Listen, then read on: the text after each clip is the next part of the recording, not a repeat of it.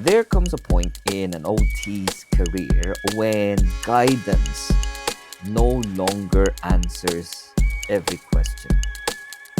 No matter how much supervision you have, no matter how much guidance you seek, it no longer answers the question.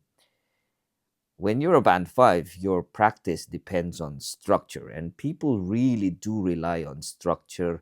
They wanted to be certain about protocols, they look at the checklists and competencies, and supervision. They will provide stability. And this is particular true, especially when a clinical judgment is developing and it is forming. This is understandable. This is not limitation. It is a protection for the clinician, and it allows the practitioner to develop without being overwhelmed by responsibility.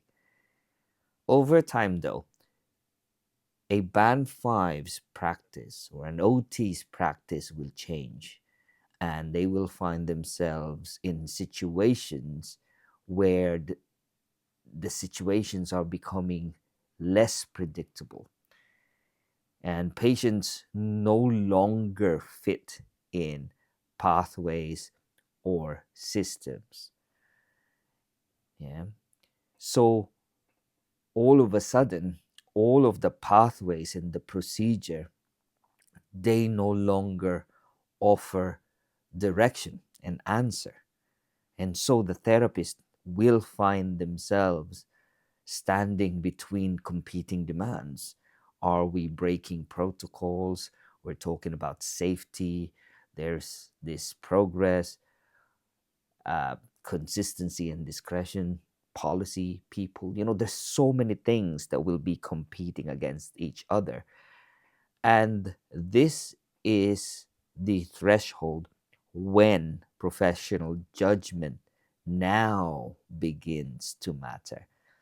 And at this stage, clinical reasoning changes. It is no longer procedural, it becomes relational, it becomes architectural, and the decisions are now and will now be shaped by patterns rather than checklist.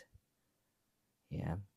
So by now tracing on to a person's habits, occupational demands, the environment, their identity, they will connect over time. And you need to look at this. The therapist then learns to look beyond the immediate task rather than these are the things that I need to do now, these are the tasks that I need to do. A clinician will start to think about what's going to happen in the future, what's going to happen to this person, what's going to happen to this patient. Yeah.